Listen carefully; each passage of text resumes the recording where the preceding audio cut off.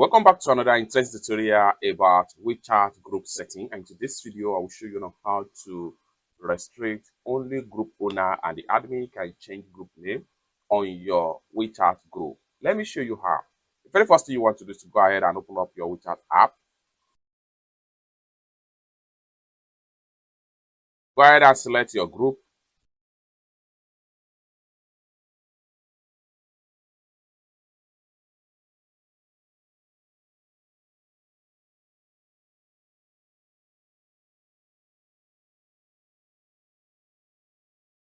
Go ahead and click on these three dots from the top corner right here.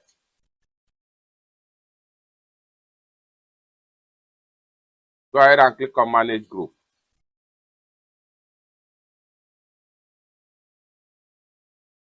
Then make sure you turn on this button right here.